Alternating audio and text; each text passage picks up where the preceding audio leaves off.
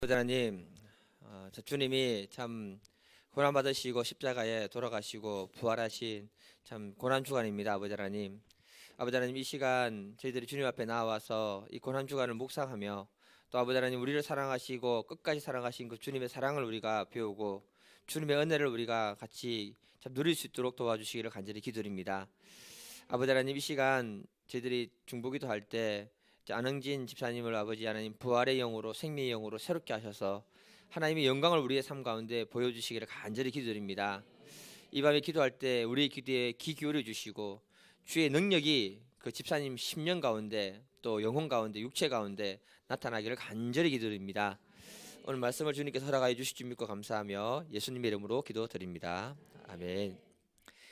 요한복음 13장 21절부터 30절까지 같이 한 절씩 교도하겠습니다. 예수께서 이 말씀을 하시고 심령이 괴로워 정언하여 이르시되 내가 진실로 진실로 너희에게 이르노니 너희 중 하나가 나를 팔리라 하시니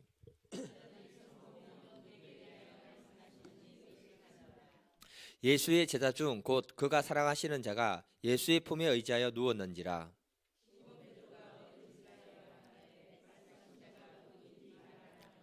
그가 예수의 가슴에 그대로 의지하여 말하되 주여 누구니이까?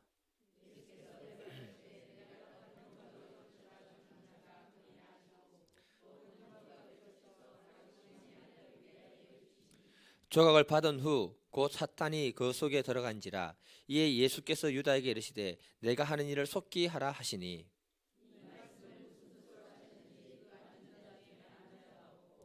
어떤 이들은 유다가 돈괴를 맡았으므로 명절에 우리가 설 물건을 사라 하시는지 혹은 가난한 자들에게 무엇을 주라 하시는 줄로 생각하더라. 아멘. 제목을 같이 한번 읽어보겠습니다. 네, 시작. 이번 주가 고난 주간이잖아요. 고난 주간 말씀 참 고난입니다. 참 무거워요. 예. 그래도 주님이 가룟 유다를 통해서 우리에게 주시는 교훈을 같이 한번 묵상해보는 시간 되기를 간절히 기도드립니다. 예수님의 유월절 사건과 십자가 사건을 소개할 때 늘 등장하는 인물이 한 사람이 있습니다.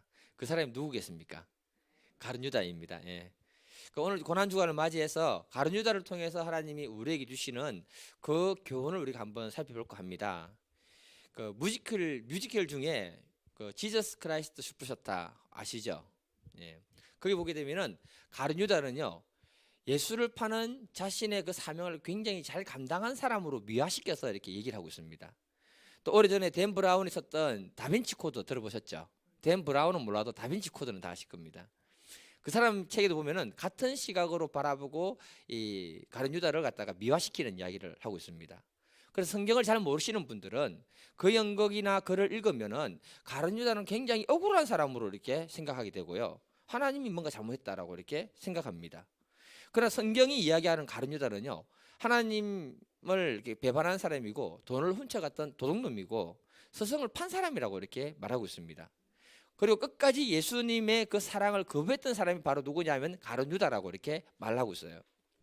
그래서 가룟 유다에 대한 예수님의 평가를 보게 되면은 굉장히 혹독하게 얘기합니다. 뭐라고 하느냐? 마가복음 14장 21절을 보게 되면 차라리 태어나지 않았으면 좋았을 것인데 이렇게 말합니다.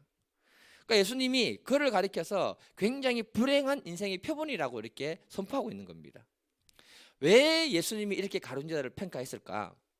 좀 이따 살펴보면 아시겠지만 주님은 그를 향해서 끝까지 사랑의 손을 내밀었습니다. 근데 그 손을 뿌리친 사람이 누구냐면 가룟 유다고요. 주님은 끝까지 그에게 주기를 원했던 것이 뭐냐면 은혜였습니다. 그 은혜를 거절했던 사람이 누구냐? 바로 가룟 유다라는 거예요. 그래서 중세의 유명한 작가 단테의 신곡을 보면 그 지옥편에 지옥 맨 마지막 가장 고통스러운 9번째 칸에 들어가 보니까 거기에 그 시대의 교황과 그 가룟 유다가 같이 있더라고 이렇게 기록을 하고 있습니다. 우리가 얼마를 살든지 간에 어떻게 살았든지 간에 가룟 유다처럼 살지 않기를 간절히 기도드립니다.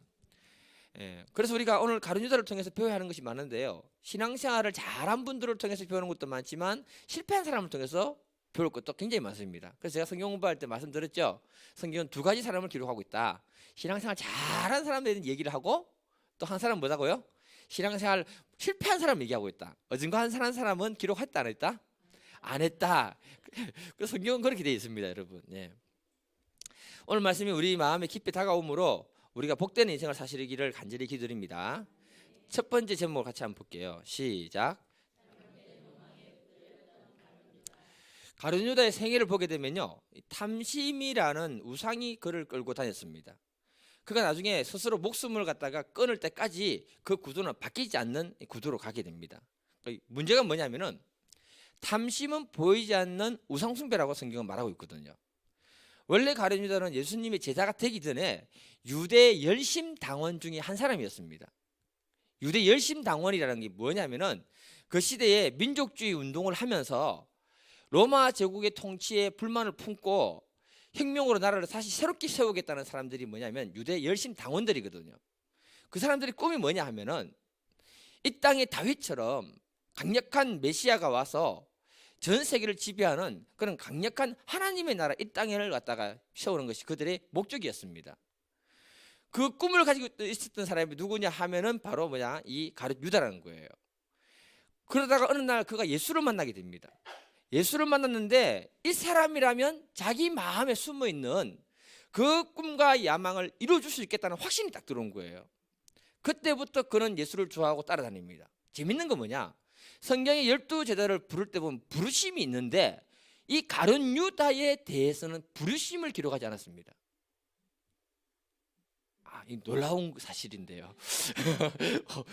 부르심을 얘기하지 않았습니다. 예. 그는 12제자와 함께 공동체 생활을 하면서 겪는 어려움이나 아픔은 문제가 안 됐습니다. 왜? 자기 안에 있는 그 야망과 꿈을 누가 이루어주신다? 예수님. 그래서 예수님의 나라가 이 땅에서 완성만 되면 자신이 고생한 그 모든 것은 보상받을 수 있다는 생각을 그는 가졌다는 거죠. 가룟 유다의 문제는 돈과 출세에 대한 욕망이 늘 그의 마음을 사로잡고 있었다라고 말하고 있습니다. 이것처럼 우리도 신앙생활을 하다 보면 예수님을 이용해서 성공하고 싶고요, 출세하고 싶고 그런 욕망이 우리 안에 들어올 수 있다는 것입니다. 물론 우리들은 주님으로부터 복을 받았어 있잖아요. 이 땅에서 하나님의 영광을 위해서 모든 것이 잘 될 필요가 있습니다. 누구 영광요? 하나님의 영광. 근데 문제는 재밌는 게 뭐냐, 이 하나님의 영광하고 자신의 욕망하고 늘 이게 헷갈린다는 거죠. 예. 겹쳐져 있기 때문에 힘듭니다. 그래서 때로는 목사 자신도 예수님을 이용해서 유명해지고 싶고 출세하고 싶은 게 목사의 마음입니다. 솔직합니다, 여러분. 예. 마치 가룟 유다처럼 이런 문제는 우리 모두 다 우리 안에 있다는 것입니다. 오늘 본문 29절에 보면 그는 동계를 맡은 사람이라고 기록하고 있습니다. 누가 돈을 맡겼는지, 그가 원해서 맡았는지는 모르겠지만 공동체에 돈을 맡을 만큼 그 사람은 영향력이 있었다는 것을 말해주고 있는 거죠. 그리고 공동체를 위해서 헌신했던 사람으로 우리는 생각할 수 있습니다. 이런 사람이지만 중요한 건 뭐냐 하면 예수님과 함께 하면서 주님이 그를 깊은 은혜의 세계로 데려가고자 했을 때 그 깊은 은혜의 세계로 들어가지 못한 사람이 바로 누구다? 가룟 유다라는 것입니다. 오늘 본문 요한복음 13장 앞에 12장요. 오늘 보게 되면 마리아라는 한 여인이 옥합을 깨뜨리는 얘기를 하고 있잖아요. 주일날 제가 잠시 살펴보았습니다. 이 여자가 누군가를 추측해 보면요, 죽은 나사로 오빠 있잖아요. 그 오빠의 를 예수님 살려주셨는데 그의 동생 마리아가 아닌가, 이렇게 확률적으로 굉장히 높습니다. 성경 구체적으로 얘기하지 않지만 그녀는 주님으로부터 받았던 그 사랑과 은혜를 생각할 때 표현할 길이 없는 겁니다. 그래서 주님께 받은 그 은혜를 최선을 다해서 표현하고 했던 것이 뭐냐, 자기를 위해 준비했던 걸 끼워서 주님께 바쳐드리고요. 그리고 여자에게는 머리카락은 자존심 아닙니까? 요즘은요, 머리카락 잘못 건드리도 미투 운동에 들어갑니다. 맞잖아요. 그 자기의 자존심을 갖다가 가지고 예수님 발을 닦아 주었던 여인이 누구냐? 바로 이 마리아라는 여자는 겁니다. 주님께 받은 은혜가 뭔지를 아니까 그렇게 해도 더 해드리고 싶은 게 이 여인의 마음이었다는 겁니다. 그런데 가룟 유다는 옆에서 계산을 하는 겁니다. 계산. 이거 엄청난 돈인데 그냥 허비하다니 엄청 아깝다. 그러면서 자기 마음에 숨어있는 욕심과 생각을 숨겨놓고 뭐라고 하느냐, 가난한 사람의 그 돈을 사용하지 않는다고 오히려 그 여자를 책망했습니다. 그런데 성경은 뭐라고 얘기하느냐, 요한복음 12장 6절 같이 읽어볼게요. 시작.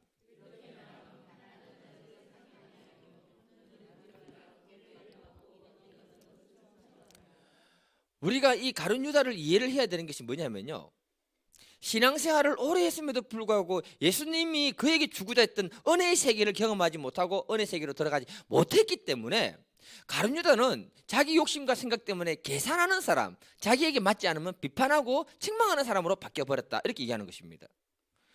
가룟 유다의 마음에 주님이 주시고자 하는 그 은혜가 마음에 머물지 않고 오직 돈에 대한 욕망이 그를 이끌고 가고 있다, 이렇게 얘기하고 있는 거죠. 이 마음이 통제가 되지 않을 때 마지막에 했던 것이 뭐냐? 자기 스승을 은 30에 팔아 넘겼다. 성경은 이렇게 얘기하고 있습니다. 마태복음 26장 15절에 보면 내가 예수를 너에게 넘겨주리니 얼마를 주려고 하느냐? 가룟 유다가 스승을 팔면서 흥정을 했다는 말이에요. 이 흥정이 무슨 말인가 하면요, 과거 노예 상인들이 노예 시장에서 노예를 사고 팔 때 있잖아요. 사고 팔 때 흥정하는 그 흥정을 갖다가 가룟 유다가 했다는 것입니다. 이해가 되십니까, 여러분? 예. 욕망이 그를 이끌고 가니까 얼마 되지 않는 그 돈을 가지고 예수를 판 사람이 되어버렸다라고 이렇게 말해버린 겁니다. 가룟 유다의 생각이 우리에게 주는 교훈은 다른 것이 아닙니다, 여러분. 우리의 삶에는 물질도 필요하고요, 건강도 필요하고요, 성공도 반드시 필요합니다. 모든 것이 다 필요합니다. 그러나 그 욕망이 하나님이 우리에게 주시고자 하는 그 은혜보다 우선되면 안 된다는 걸 얘기하고 있는 거예요. 그러면 그것이 곧 우상이 되어서 우리를 끌고 가는 우상 숭배자가 되어버린다라고 말하는 것입니다. 우상이 우리의 인생을 끌고 가면 주인이 되기 때문에 그가 요구하는 대로 우리는 살 수밖에 없게 되어버리는 것입니다. 가룟 유다가 겨우 은 30에 예수를 팔게 되므로 이 땅의 역사가 끝날 때까지 그는 수치스러운 사람으로 바뀐 거예요. 재밌는 게 뭔가 아십니까, 여러분? 기독교가 들어간 곳에서는요, 개 이름을 지어도 가룟 유다라는 이름은 안 짓습니다. 있습니까, 여러분? 우리 옛날에 개 중에 메리 이래 한 거 있죠? 이 메리가 뭔가 아십니까, 여러분? 이거 마리아입니다. 마리아. 아이고, 놀라운 사실인데.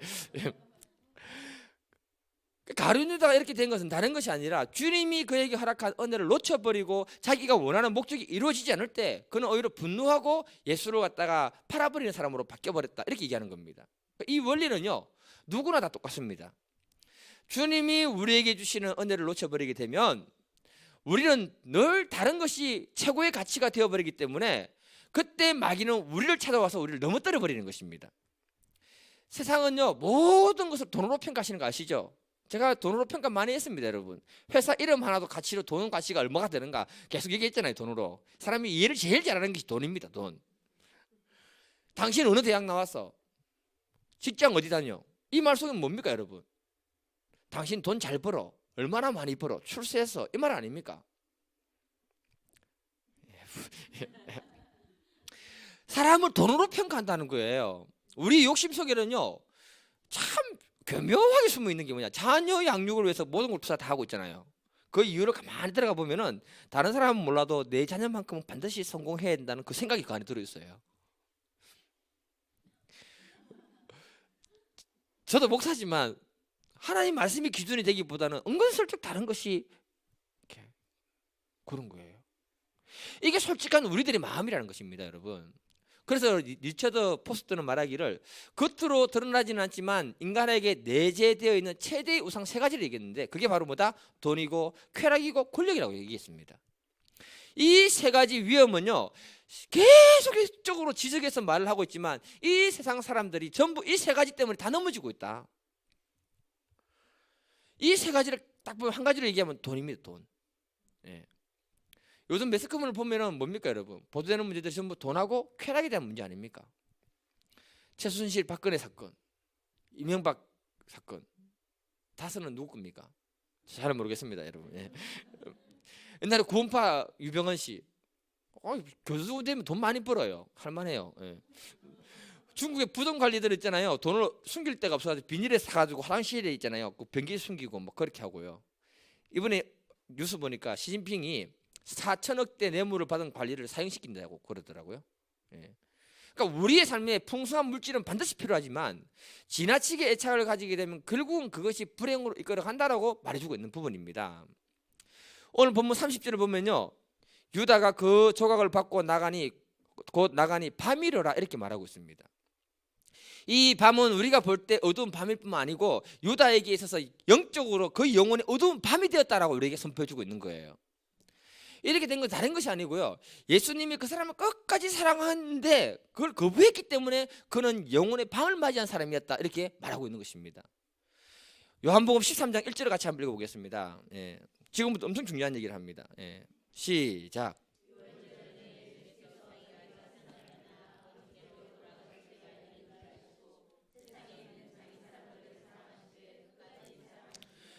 예수님이 죽음을 앞두고 자기 사람을 사랑하되 끝까지 사랑한다고 말씀했잖아요.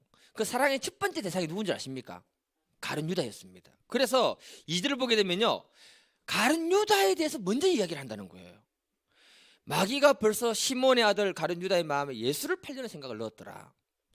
예수님이 자기 사람을 끝까지 사랑하는데 그 첫 번째 대상이 바로 누구냐면 가룟 유다였다는 겁니다. 무슨 말인가 하면요, 예수님이 가룟 유다의 영혼을 굉장히 불쌍히 여겼다, 이 말씀을 하고 있는 겁니다.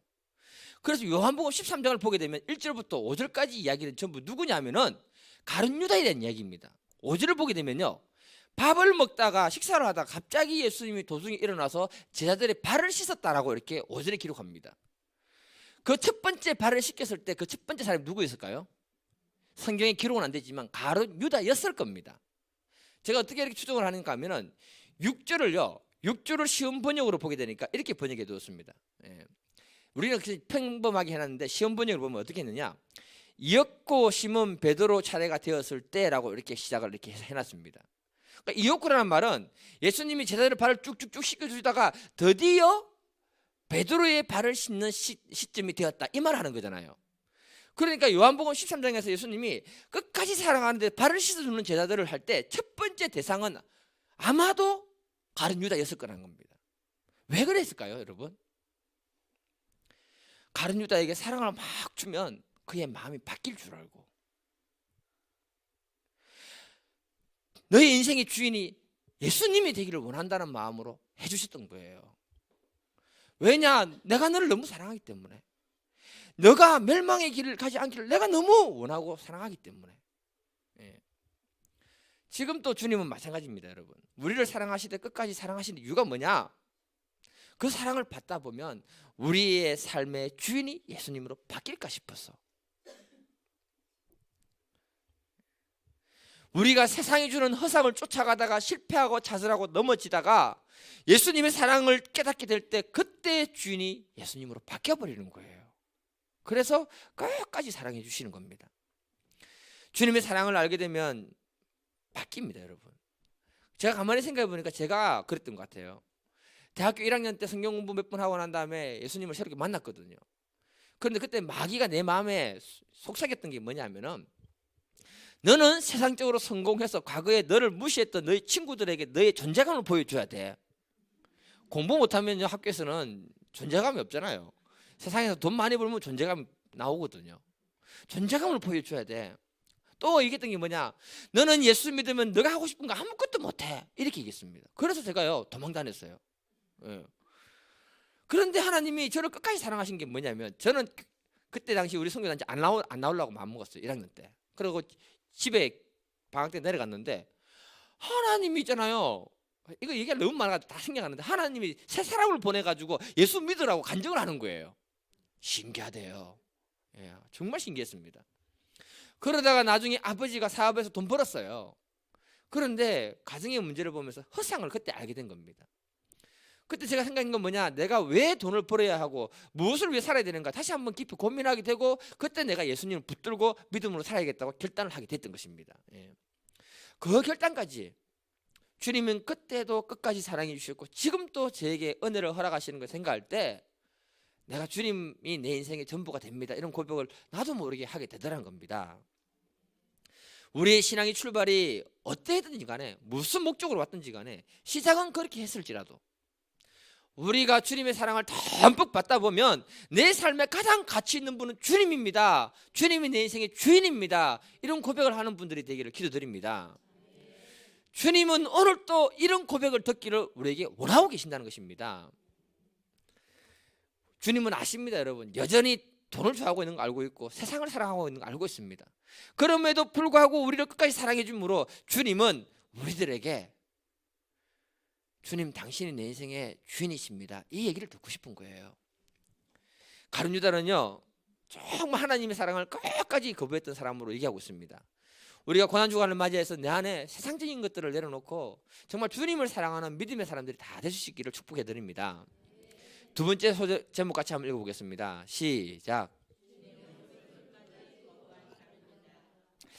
예수님은 가룟 유다를 사랑해서 그의 제약된 마음을 돌이키려고 애를 쓰잖아요. 그런데 재밌는 게 뭐냐면 그는 끝까지 그 생각을 돌이키지 않습니다. 가룟 유다의 재질이 좀 나쁘지만요, 그렇다고 해서 예수님이 그 죄를 용서하지 못할 분은 아니잖아요. 여러분 생각에 베드로가 나쁩니까? 가룟 유다가 더 나쁩니까? 제가 볼 때는요, 베드로입니다. 누가 가룟 유다라고 합니까? 베드로입니다. 베드로. 제가 볼 때는. 네. 예수님 베드로도 용서했는데 가룟 유다 용서 못 하겠습니까, 여러분? 중요한 건 가룟 유다는 회개할 기회를 주님이 계속 주는데 끝까지 거부했다는 겁니다. 이 부분을 볼 건데요. 요한복음 13장 21절에 보면은요, 너희 중에 하나가 나를 팔리라 이렇게 얘기합니다. 가룟 유다 마음속에 예수를 팔려는 생각을 가지고 있었잖아요. 그런데 예수님이 그 얘기를 딱 하면 보통 사람은 어떻습니까? 깜짝 놀라야 됩니다. 맞잖아요. 안 놀랍니다. 회개도 안 합니다. 26절에 보면 예수님이 또 말씀합니다. 내가 떡 한 조각을 찢어가지고 주는 자가 나를 팔 것이다 얘기하거든요. 그리고 떡 한 조각을 찢어가서 주었습니다. 유대 사회에서 떡을 찢어서 준다는 개념이 뭐냐 하면요, 당신은 나에게서 정말 소중한 사람입니다. 당신은 나의 친구입니다. 이 뜻이 있습니다, 여러분. 그래서 식탁 공동체에서 서로 나누는 거예요, 이렇게. 그런 의미가 들어있는데, 다시 말해서 예수님이 내가 떡을 한 조각 떼서 주는 자가 나를 팔 것이다 이 말에는, 가룟 유다야, 너는 나에게 정말 소중한 사람이야. 정말 나는 너를 사랑해. 너가 그 일 하지 마. 이 의미가 그 안에 들어있는 거예요. 팔라는 말이 아니고. 이해가 되십니까, 여러분? 그런데도 그는 돌이키지 않았다는 겁니다. 마태복음 26장 17절부터 30절을 보게 되면요, 가룟 유다에 대한 이야기로 도배를 해놨습니다. 제가 말씀드렸죠, 어떤 사건을 많이 다뤘다면 중요한 겁니까? 중요하지 않는 거라 했습니까? 중요한 거란 겁니다. 마태복음 26장 23절에 이렇게 얘기합니다. 나와 함께 그릇에 손을 넣는 자가 나를 팔리라 이렇게 말씀하시고, 가룟 유다가 떡을 먹으려고 그릇에 손을 넣을 때 예수님도 손으로 탁 같이 넣어본 거예요. 손을 같이 넣었을 때 그릇에서 둘이 손이 찡 하고 부딪힌 겁니다. 찡. 예. 여러분 이쯤 되면요, 보통 양심을 가진 사람은 어떻게 행동할까요? 깜짝 놀라면서 손을 급히 빼고는 주님 나는 죄인입니다. 나를 불쌍히 여기소서 이렇게 나오는 게 보통 양심을 가진 사람이에요. 이해되십니까? 그의 반응을 한번 볼까요? 참 심각합니다. 26장 25절 같이 읽어보겠습니다. 예. 시작.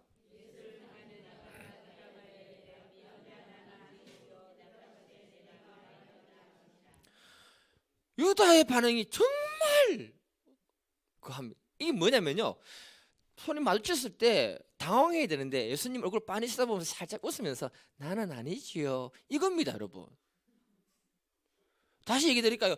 찡 부딪히면 보통 사람은 긴장해가지고 눈 회개해야 되는데 씩 웃으면서 나는 아니지요 이런 거예요. 제가 이렇게까지 묘사를 해드리는데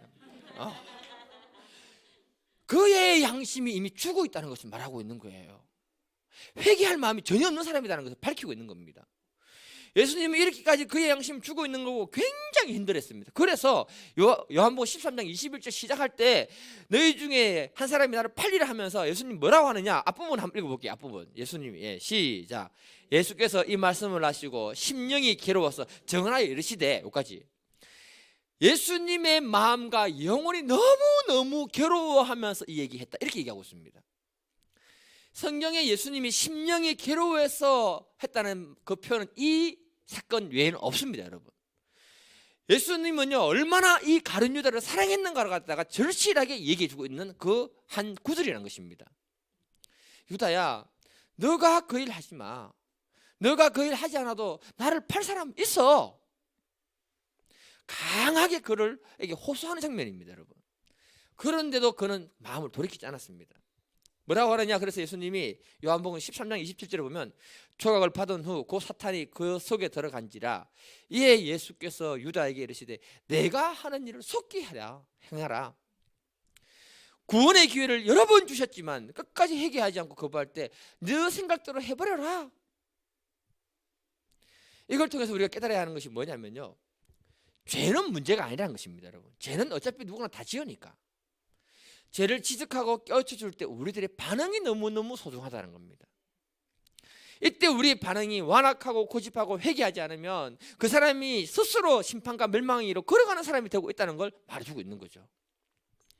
그런데 제가 말씀을 계속 분석하고 읽다 보니까 내 눈에 확 들어온 것이 뭐냐면요, 예수님이 가룟 유다의 죄를 지적할 때 정말 신기한 거 뭐냐 하면은, 많은 제자들이 있었는데도 불구하고 철저하게 비밀스럽게 1대1로 가룟 유다에게만 그 죄를 가르쳐 줬다는 거예요. 증거를 내가 보여드리겠습니다. 13장 29절 같이 한번 읽어볼게요. 13장 29절 시작.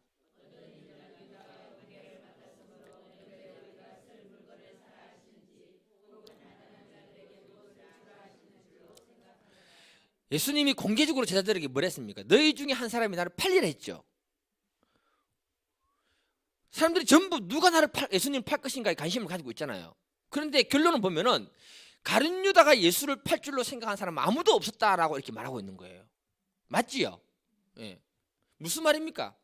예수님이 가룟 유다의 죄 문제를 돕는데 굉장히 비밀스럽게 1대1로 가룟 유다의 죄 문제를 도와주었다라고 이렇게 말씀하고 있는 거예요. 그래서 제자들은 예수를 팔 사람이 가룟 유다였는지를 몰랐다는 것입니다. 예수님이 가룟 유다를 얼마나 사랑했는가 하면 그의 마음에 상처를 주거나 자존심이 상하는 그런 일이 생기지 않도록 조심조심해서 그에게만 도와주었다, 이렇게 얘기하고 있는 거죠. 굉장한 겁니다, 여러분. 예. 주님은 지금도 하나님 말씀이 선포되면요, 각 사람의 심령 속에 그 사람 마음에 있는 죄 문제를 1대1로 그렇게 도와주시는 거예요. 그러면서 하시는 말이 뭐냐, 내가 너무 너를 사랑하기 때문에 너가 그 일은 하지 마, 이렇게 얘기해 주는 거죠. 여러분, 베드로와 가룟 유다의 차이점이 뭔지 아십니까, 여러분? 베드로는요, 닭이 3번 울 때 통곡했다고 성경은 말하고 있습니다. 왜 통곡했을까요? 그의 양심이 하나님, 예수님의 말씀을 생각나게 했던 거예요. 양심이 그 말씀이 생각나게 하고 깨우쳐 주니까 그거는 통곡을 했던 거예요. 그런데 예수님은 가룟 유다를 계속 그 양심을 깨워주면서 말을 해줬지만은 그는 그걸 받아들이지 않았다라고 말하고 있는 거예요. 스스로 자기가 인생을 갖다가 불행으로 이끌어 갔다는 겁니다. 그래서 가룟 유다의 이 완악한 마음을 모르는 사람들이 하는 말이 뭐냐, 가룟 유다는 예수를 십자가에 팔기 위해서 태어난 사람인가. 예. 하나님의 예정 속에 가룟 유다는 이미 그런 길을 가도록 예정하고 있었기 때문에 하나님의 잘못이 아닌가. 성경에 예수 파는 사람이 있다고 예언해 두었기 때문에 가룟 유다는 어떤 면에서 피해자다, 예. 하나님이 잘못됐다, 이렇게 얘기하고 있는 거예요. 그러나 성경을 자세히 보면은 그가 돌이키지 않았다, 이렇게 얘기하고 있는 겁니다. 주님은 가룟 유다에게 말하기를 너가 그 일 하지 않아도 된다. 무한한 사랑을 하나님 주시면서 주님이 제자들과 관계를 맺는 것은 이해타산적인 관계가 아니고요, 사랑과 은혜의 관계를 맺고 했던 것입니다. 그래야 그가 나중에 주를 위해 사는 사람이 되기 때문에 그런 겁니다. 여러분, 사랑의 관계만큼 강력한 힘은 없잖아요. 로미오와 줄리엣이 어떻게 죽습니까? 사랑하니까, 결혼 안 시켜주니까. 예. 실제 영화로 나온 사건이 있는데, 실제 사건을 영화로 다룬 얘기인데요, 좀 오래된 것 같아요. 예. 생각나서 이 말씀하고 연결시키는데요, 대사업가의 아들이 경비행기를 타고 사막을 지나가다가 폭풍을 만나서 추락을 했습니다. 그 아이가 영화상으로 볼 때 15살, 14살 그쯤 되는 나이였어요. 근데 아버지가 수색대를 조직해가지고 며칠 동안 사막을 찾아보니까 겨우겨우 찾았는데, 그 지점에 가보니까 비행기 잔해와 조종사의 시체는 있는데 아들의 시체는 없는 거예요. 그러니까 살았다는 거죠, 아들이. 그때부터 이 사람은 하나님께 기도를 합니다. 하나님, 내 아들이 살았다는 확신하니까 하나님 아들을 도와주시옵소서. 어딘지 알 수가 없습니다. 저와 아들을 도와주시옵소서, 이렇게 기도를 하고요. 이 사람이 생각한 게 뭐냐, 거기가 사막이거든요. 그 아들을 위해서 수백만 장의 전단지를 비행기에서 살포를 하려고 계획을 한 거예요. 전단지 수백만 장 만들려면 돈이 엄청 듭니다. 그런데 그 전단지에 뭐라고 생각할 것인가 고민을 하다가 아버지가 전단지에 쓴 것이 뭐냐, 사랑하는 존, 내 아들 존, 나는 너를 사랑한다, 이렇게 딱 그 한 구절만 딱 쓴 거예요. 그리고는요, 수백만 장을 그 사막에 뿌리고 사람들을 보내서 찾기 시작합니다. 영화를 보면 이 아들이 살아남기 위해서요, 사막에서 개미도 이렇게 훑어서 잡아먹고요, 타조알을 훔치다가 타조한테 맞아 죽을 뻔하고요. 도망가서 타조알이 안 깨지니까 그 바위에 깼는데 이게 막 그래가지고 그거 먹고요. 그러면서 버티고 하다가 굶주림과 목마름에 거의 기진맥진한 상태가 되었습니다. 다 죽어갈 때 그때 아버지가 뿌린 전단지 한 장을 딱 죽은 거예요. 그런데 그 전단지를 받고는 아버지가 너를 사랑한다는 그 말 때문에 애가 펑펑 옵니다. 울고는요, 아무도 자기를 구조해주러 오지 않을 거라 생각했는데 절망이 있으면 죽어버리잖아요. 그런데 뭐라고 하느냐, 아버지는 나를 사랑하기 때문에 반드시 구조해주러 온다는 그 희망을 붙들고 끝까지 버텼어요. 그랬더니 나중에 수습대에 의해 가지고 구출되는 장면을 갖다 이렇게 영화로 만들어 주거든요. 그 아들이 그 한마디, 아버지가 나를 사랑하고 있기 때문에 나를 반드시 찾으러 온다, 그 전단지 그 한 장 때문에 그 아들이 살은 거예요. 우리가 믿음으로 살아가면서 하나님이 우리를 사랑해주고 있고 지지해주고 있다는 사실을 알면 우리가 이 땅을 살아갈 수 있는 용기가 생기게 되는 것이고, 이 땅에서 믿음으로 승리할 수 있는 힘이 주어지게 되는 것이고, 그 사랑 때문에 우리가 이 세상을 넉넉히 이기게 되는 것입니다. 주님은 그 사랑으로 우리를 변화시켜 주려고 끝까지 사랑을 주는데, 병든 영혼인 그 가룟 유다는 그 사랑을 거부했다는 것을 말하고 있는 거예요. 그래서 그는 주님의 사랑을 거부하니까 주님께 드려지는 것이 아깝고 계산적인 것이 되어버렸고, 그는 주님 앞에 병든 마음으로 주님을 팔아버린 사람이 되었다라고 성경은 말하고 있는 것입니다. 여러분, 주님과의 사랑의 관계성이 없고요, 삐뚤어진 마음속에 마귀가 역사하는 거예요. 그래서 성경을 보면 가룟 유다는 마음이 병들었기 때문에 그 마음이 삐뚤어진 그 틈에 마귀가 역사해서 그를, 영혼을 잡아먹어 버렸다, 이렇게 얘기하고 있는 겁니다. 주님은 3년 동안 그 영혼이 변화될 것을 기대하면서 끝까지 사랑해 주는데, 그걸 거부한 사람이 누구다? 가룟 유다 스스로가 거부해 버렸다는 겁니다. 우리가 고난주간을 맞이해 가지고요, 십자가 고난을 알기 위해서, 경건하게 지내기 위해서 금식할 필요 없습니다, 여러분. 예. 필리핀 같은 데 동남아 가면요, 부활절을 맞이해서 사람들이 실제 십자가에 못 박히면서 그 고난을 경험하고 싶어서 못 박힐 사람이 줄을 서 있다고 합니다. 예. 그거 할 필요 없습니다, 여러분.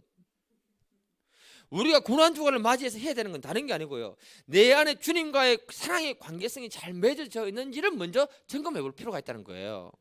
주님이 원하는 건 뭐냐, 얘야 너가 그 일 하지 마라 했을 때 그 사랑의 음성을 듣고 순종할 수 있는 사람을 주님은 찾고 계시고요, 주님이 우리를 위해서 십자가에 못 박힌 것은 우리를 사랑하기 때문에 못 박혔기 때문에 정말 너희들이 나를 사랑하는 사람이 되었으면 좋겠다는 걸 말해주는 게 바로 고난주간인지 믿습니다.